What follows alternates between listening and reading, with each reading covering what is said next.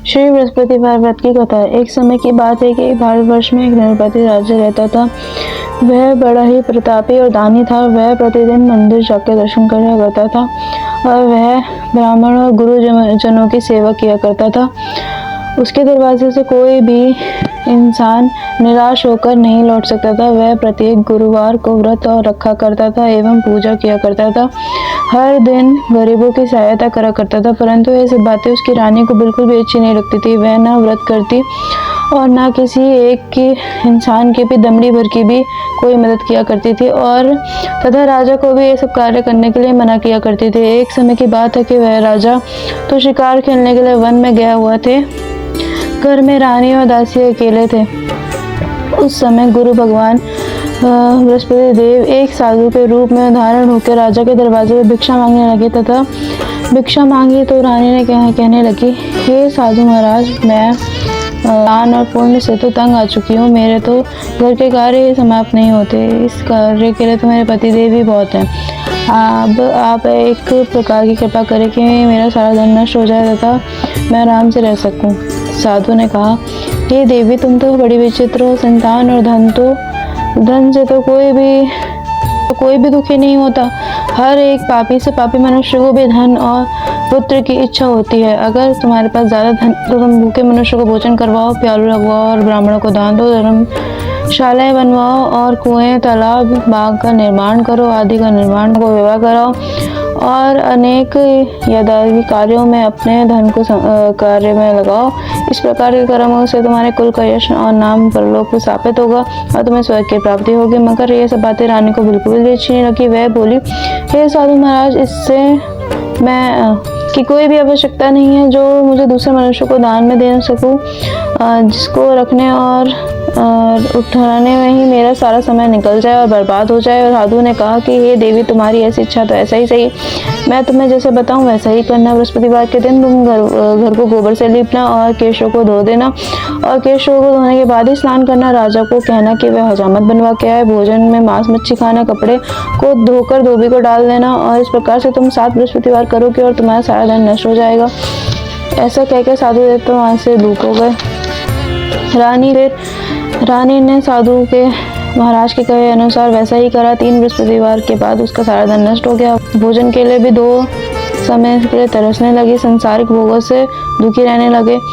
और तब राजा ने अपनी रानी को कहा कि रानी, हम दूसरे प्रदेश जाएंगे और वहाँ जाके कोई काम करेंगे, क्योंकि मुझे सारे मनुष्य यहाँ पे जानते हैं, इसलिए मैं यहाँ कोई कार्य भी नहीं कर सकता। देखो, देश चोरी और प्रदेश भीख बराबर है। ऐसा कहकर राजा वहाँ से प्रदेश चला गया।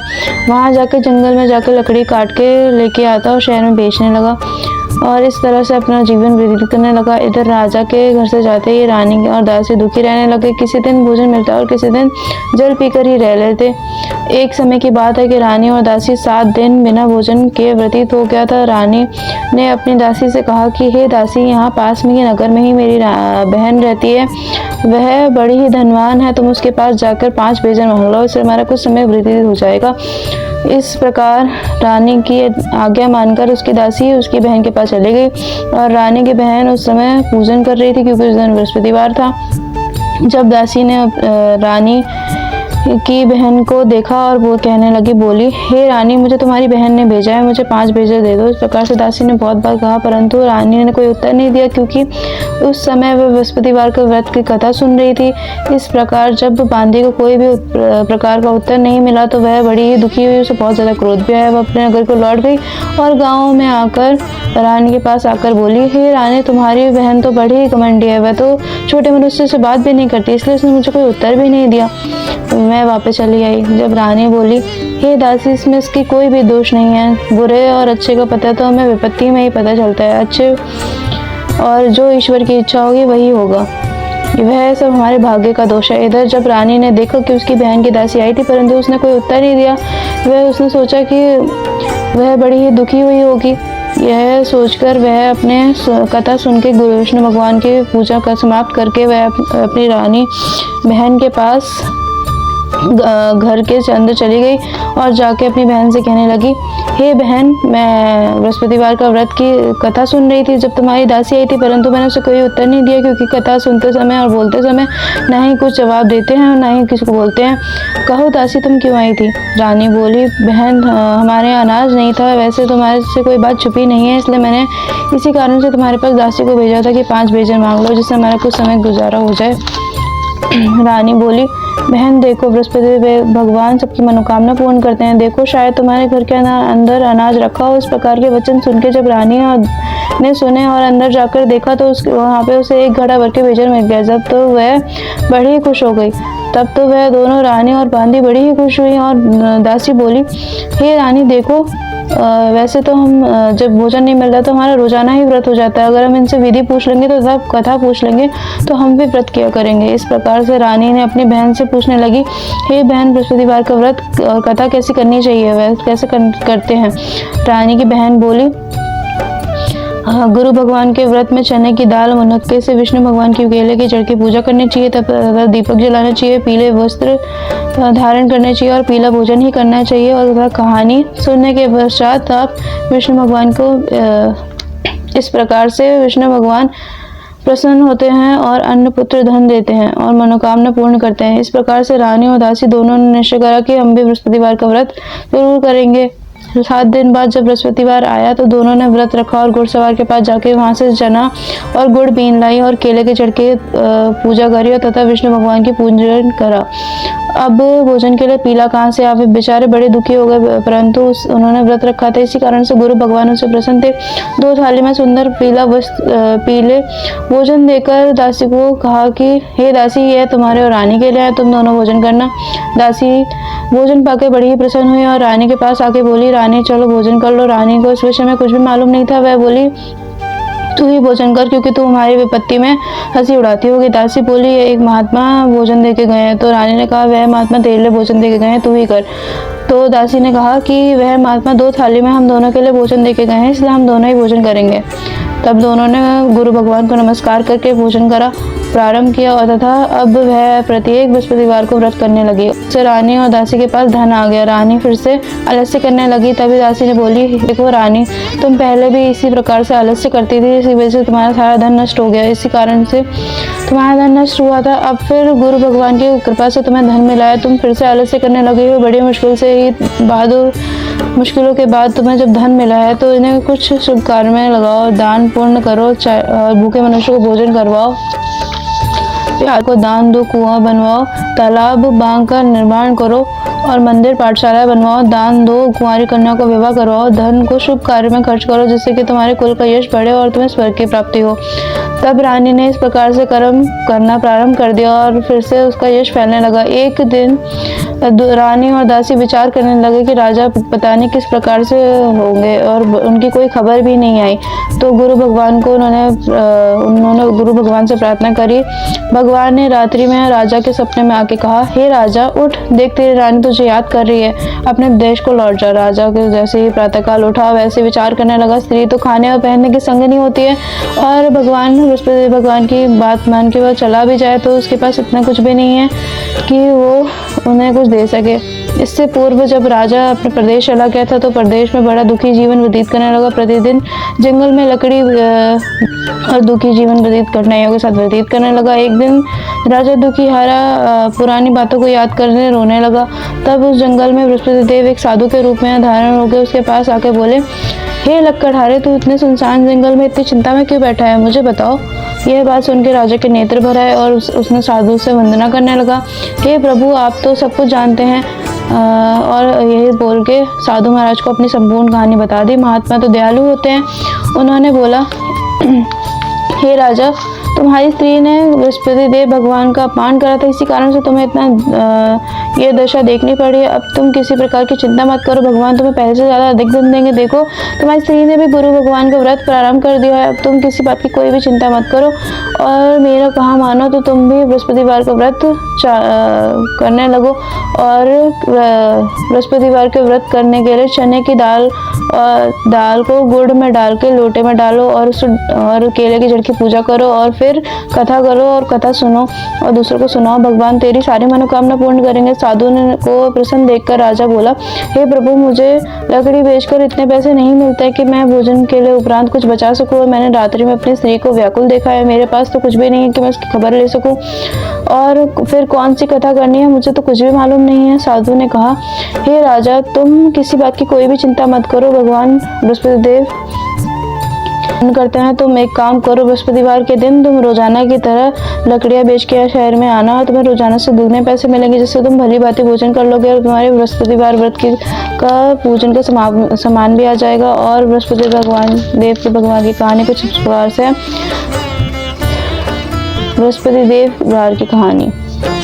प्राचीन काल में एक ब्राह्मण था। वह बहुत निर्धन था और वह उसकी कोई संतान नहीं थी। उसकी स्त्री बड़ी वनीता से रहती थी। वह न स्नान करती, न ही किसी देवी देवता की पूजा करती। प्रातःकाल उठ के सर्वप्रथम भोजन करती, उसके बाद कोई अन्य कार्य करती। इस सबसे ब्राह्मण देवता बड़े दुखी थे। बेचारे बहुत कुछ कहते थे, परंतु कोई परिणाम नहीं निकलता था। भगवान की कृपा से उन्हें ब्राह्मण के स्त्री रूपी कन्या रूपी रत्न पैदा हुई, और वह कन्या अपने पिता के घर में बड़ी होने लगी। वह बालिका प्रातःकाल स्नान करने के बाद विष्णु भगवान का जाप करने लगी और भगवान बृहस्पतिवार का व्रत करने लगे। अपने पूजन के समाप्त होते समय स्कूल में जाते समय पाठशाला के मार्ग में मुट्ठी भर के जौ लेके जाती और पाठशाला के मार्ग में डालती जाती। जब ये जौ स्वर्ण के हो जाते और लौटते समय बीन के घर पर जाती। तब ये एक दिन की बात है कि बालिका सूप में अपने सोने के जौ फटक रही थी, साफ कर रही थी। उस समय उसके पिता ने देखा और कहा कि हे बेटी, सोने के जौ फटकने के लिए तो सोने का सूप ही होना चाहिए। दूसरे दिन गुरुवार था। कन्या ने व्रत रखा था और बृहस्पति भगवान से प्रार्थना करने लगी, हे प्रभु, मैंने आपकी पूजा सच्चे हृदय से करी है, तो मुझे एक सोने का सूप दे दो। भगवान बृहस्पतिदेव ने उसकी प्रार्थना स्वीकार करी। रोजाना की तरह जब कन्या वहां से जौ फैला के लौटते समय बीन के घर को लेके आ रही थी, बृहस्पतिदेव की कृपा से उसे एक सोने का सूप मिला। उसे वह अपने घर को ले आई और अपने जौ साफ करने लगी, परंतु उसकी माँ का वही ढंग रहा। एक दिन की बात है कि वह कन्या सोने के सूप में साफ कर रही थी। उसी समय उस शहर के राजपुत्र वहां से निकला और इस कन्या के रूप और कार्य को देख के मनमोहित हो गया और घर जाके भोजन आदि त्याग दिया। तब राजा को जैसी ही बात पता चली तो वह अपने सर्वप्रथम मंत्रियों के साथ उसके पास पहुंचे और बोले, हे बेटे, तुम्हें किस बात का कष्ट है? तुम्हारा किसी ने अपमान करा है? तो कोई और कारण है तो मुझे बताओ, मैं तुम्हें प्रसन्न करने के लिए अवश्य करूंगा कोई भी कार्य। अपने पिता के राजकुमार ने सारी बात सुनी और बोला, मुझे किसी बात की कोई भी चिंता नहीं है और न मेरा किसी ने अपमान करा है, परंतु मैं उस लड़की से विवाह करना चाहता हूँ जो सोने के सूप में साफ कर देती है। बात सुनकर राजा आश्चर्यचकित हो गया और बोला, हे बेटे, इस तरह की कन्या तुम्हें ढूंढो, मैं तुम्हारा विवाह अवश्य ही करा दूंगा। राजकुमार ने जब लड़के के घर का पता बतलाया तब मंत्री उस लड़के के घर के पास पहुंचे और ब्राह्मण देवता को सारा हाल बतलाया। और ब्राह्मण देवता राजकुमार के साथ अपनी कन्या का विवाह करने के लिए तैयार हो गया। तो विधि विधान अनुसार उनका विवाह हो गया। कन्या के घर से जाते ही पहले की भांति गरीबी निवास करने लगी और ब्राह्मण देवता के घर में गरीबी निवास करने लगी। अब तो भोजन के लिए अन्न भी बड़ी मुश्किल से मिलता था। एक दिन दुखियारा ब्राह्मण देवता अपने पुत्र के पास पहुंचा और बेटी ने दुखाभास कर लिया और उसको देखकर उसके माँ का हाल पूछा। तब ब्राह्मण देवता ने सारा हाल बतलाया। कन्या ने बहुत सा धन देके अपने पिता को विदा करा। इस तरह से उसका कुछ समय तो खुशीपूर्वक व्यतीत हो गया, पर कुछ समय बाद वही हाल हो गया। ब्राह्मण देवता फिर अपने कन्या के पास पहुंचा और सारा हाल बतलाया और लड़की बोली, पिताजी, अब माताजी को लवाला है, मैं उन्हें विधि बता दूंगी जिससे गरीबी दूर हो जावे। यह वह ब्राह्मण देवता अपने स्त्री को अपनी कन्या के पास लेके पहुंचा और पुत्री अपनी माँ को समझाने लगी, हे माँ, तुम प्रातःकाल उठ के सर्वप्रथम स्नान करने के बाद विष्णु भगवान का जाप करो, पूजन करो, तुम्हारी सारी दुविधा दूर हो जाएंगी। परंतु उसकी माँ ने एक बात भी नहीं सुनी और वह प्रातःकाल उठ के अपने बच्चों की जूठन खा ली। और एक दिन उसकी पुत्री को बहुत गुस्सा आया। उसने एक रात्रि कोठरी में सामान निकाल के अपनी माँ को उसके अंदर बंद कर दिया और सुबह प्रातःकाल उठ के उन्हें स्नान आदि करवा के पाठ करवाया, जिससे उसकी माँ की बुद्धि ठीक हो गई। अब वह प्रत्येक बृहस्पतिवार को व्रत करने लगी और इस व्रत के प्रभाव से वह वहाँ बहुत सा धन प्राप्त हुआ और तथा पुत्रवती हुई और बृहस्पति देव जी के कृपा से स्वर्ग को प्राप्त हुई तथा वह ब्राह्मण भी सुख भोग कर इस लोक से स्वर्ग को प्राप्त हुआ। इस तरह से कहानी कह के साधु देवता वहां से लोप हो गए। धीरे धीरे समय व्यतीत होने लगा। फिर बृहस्पतिवार के दिन राजा जंगल में से लकड़ियां काट के शहर में बेच के आया तो उसे रोजाना से अधिक पैसे मिले थे, जिससे राजा ने चना गुड़ आदि लेकर गुरु भगवान का व्रत करा। इस व्रत के प्रभाव से उसको सारे कलेश दूर हो गए, परंतु अगले गुरुवार के दिन वह व्रत करना भूल गया। और इस कारण से बृहस्पति भगवान उससे नाराज हो गए। उस दिन उस नगर में राजा ने विशाल यज्ञ आयोजित करा था और उस शहर में घोषणा कर दी गई थी कि कोई मनुष्य ना अपने घर में भोजन बनाएगा ना भोजन खाएगा, सभी लोग जलाएगा और वो सभी लोग राजा के आज्ञा अनुसार वहीं भोजन करेंगे और जो आज्ञा का पालन नहीं करेगा उसे फांसी दे दी जाएगी। इस तरह की घोषणा संपूर्ण नगर में करा दी गई थी। जब राजा ने आज्ञा अनुसार शहर के सारे लोग पहुंचे, लेकिन लकड़हारा कुछ देर से पहुंचा तो इसलिए राजा उसे अपने साथ लगा लाया और उसे भोजन कराने लगे।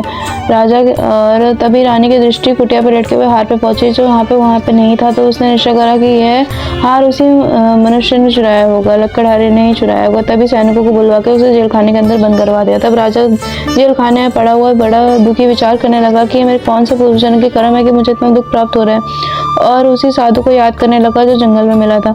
उसी समय तत्काल बृहस्पति देव भगवान साधु के रूप में प्रकट होकर उसके पास आकर उसकी दशा देखकर बोले, हे मूर्ख, तूने बृहस्पतिवार को व्रत नहीं करा था इसलिए तुझे इतना दुख प्राप्त हो रहा है। अब चिंता मत कर, बृहस्पतिवार के दिन तुझे जेल खाने के दरवाजे पर 4 पैसे मिलेंगे जिससे तू पूजन करना और तेरे सारे कष्ट दूर हो जाएंगे। बृहस्पतिवार के दिन जैसे उसने 4 पैसे लिए और कथा करी और उसी रात्रि को बृहस्पति देव भगवान उस नगर के राजा के सपने में आके बोले कि हे राजा, तूने जिस इंसान आदमी को जेल खाने के अंदर बंद करा है वह निर्दोष है, वह राजा से छोड़ दे और रानी का हार कुटिया पे लटका हुआ है। अगर तूने ऐसा नहीं करा तो मैं तेरा सारा राज्य नष्ट कर दूंगा। इस तरह से रात में सपना देख कर राजा प्रातःकाल उठ के कुटिया पे लटके हुए हार को देखा तो लकड़हारे को बुलवा कर क्षमा मांगी तथा राजा को बहुत सारे सुंदर वस्त्र आभूषण देकर विदा करा और गुरुदेव भगवान के आज्ञा अनुसार उसे राज्य चलाने दिया।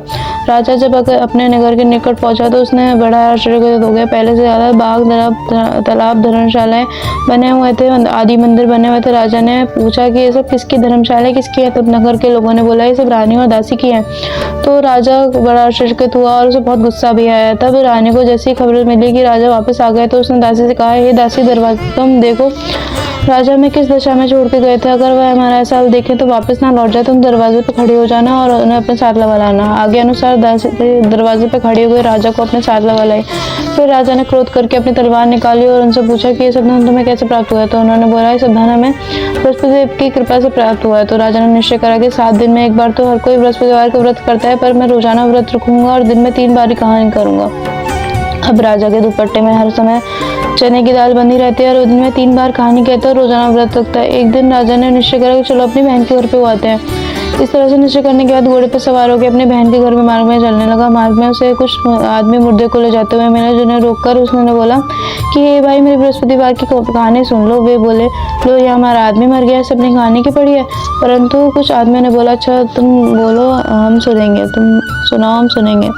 तभी राजा ने चाल निकाल के जैसी कहानी आदि करी वैसे ही मुर्दा हिलने लगा। जैसी कहानी समाप्त हुई वैसे मुर्दा जीवित हो गया और राम राम करने लगा। राजा आगे मार्ग में बढ़ा तो उसे आगे मार्ग में एक किसान हल जोतते हुए मिला, जिससे राजा ने देखकर बोला, हे भाई, मेरे बृहस्पतिवार की कहानी सुन लो। वे बोला, जब तक मैं तुम्हारी कहानी सुनूंगा। किसान बोला, जब तक मैं तुम्हारी कहानी सुनूंगा तब तक मैं 4 बार हल जोत दूंगा। और तभी राजा वहां से जैसे ही हटा वैसे ही किसान के पेट में बहुत तेज दर्द होने लगा और किसान के दोनों बैल पे चढ़ गए। और उसी समय उस किसान की माँ रोटी लेके आई थी तो और उसका हाल पूछा और किसान ने सारा बताया। तो तभी बुढ़िया दौड़ी दौड़ी उस किसान के पास पहुंची और उससे बोला कि मैं तेरी कहानी सुनूंगी, परंतु फिर तुझे मेरे खेत पे चल के कहानी सुनानी होगी। राजा ने बुढ़िया के खेत पे चल के कहानी सुनाई। वैसे ही उसके दोनों बैल खड़े हो गए और किसान के पेट में दर्द बंद हो गया। राजा अपने बहन के घर पे पहुंचा। बहन ने खूब मेहमान नवाजी करी और दूसरे दिन सवेरे राजा कुछ देर से जागा तो इसीलिए सब लोगों ने भोजन कर लिया था। राजा ने अपनी बहन से कहा, ऐसा कोई मनुष्य है जिसने भोजन ना करा हो और मैं उसे बृहस्पतिवार की कहानी सुना लूं? बहन बोली, हे भाई, ये देश ऐसा है, यहाँ सब प्रथम भोजन करते हैं, उसके बाद कोई अन्य कार्य। अगर मुझे पड़ोस में कोई दिख जाता है तो मैं देख के बताता हूँ। वह ऐसा कह के देखने चली गई, परंतु उसे ऐसा कोई मनुष्य नहीं मिला जिसने भोजन न करा हो। अतः उसे एक कुम्हार घर का पता चला जिसका लड़का बीमार था और उसे मालूम हुआ कि वहाँ 3 दिन से किसी ने भोजन नहीं करा है। तभी रानी ने अपने भाई की कथा सुनने के लिए कुम्हार से कहा तो वह तैयार हो गया। अब राजा ने जाकर जैसी बृहस्पतिवार की कहानी कथा की, उस जैसी ही कथा सुनाई वैसे उसका लड़का ठीक हो गया। अब तो राजा की प्रशंसा होने लगी। एक दिन राजा ने अपनी बहन से कहा कि हम अपने देश को जाएंगे, हम अपने घर को जाएंगे, तुम भी तैयार हो जाओ। रानी की बहन ने अपनी सास से जाके बोला, सास बोली तू चले जा परंतु कोई बालक नहीं जाएगा क्योंकि तेरे भाई की कोई औलाद नहीं है। बहन बोली भाई मैं चलूंगी परंतु कोई बालक नहीं जाएगा।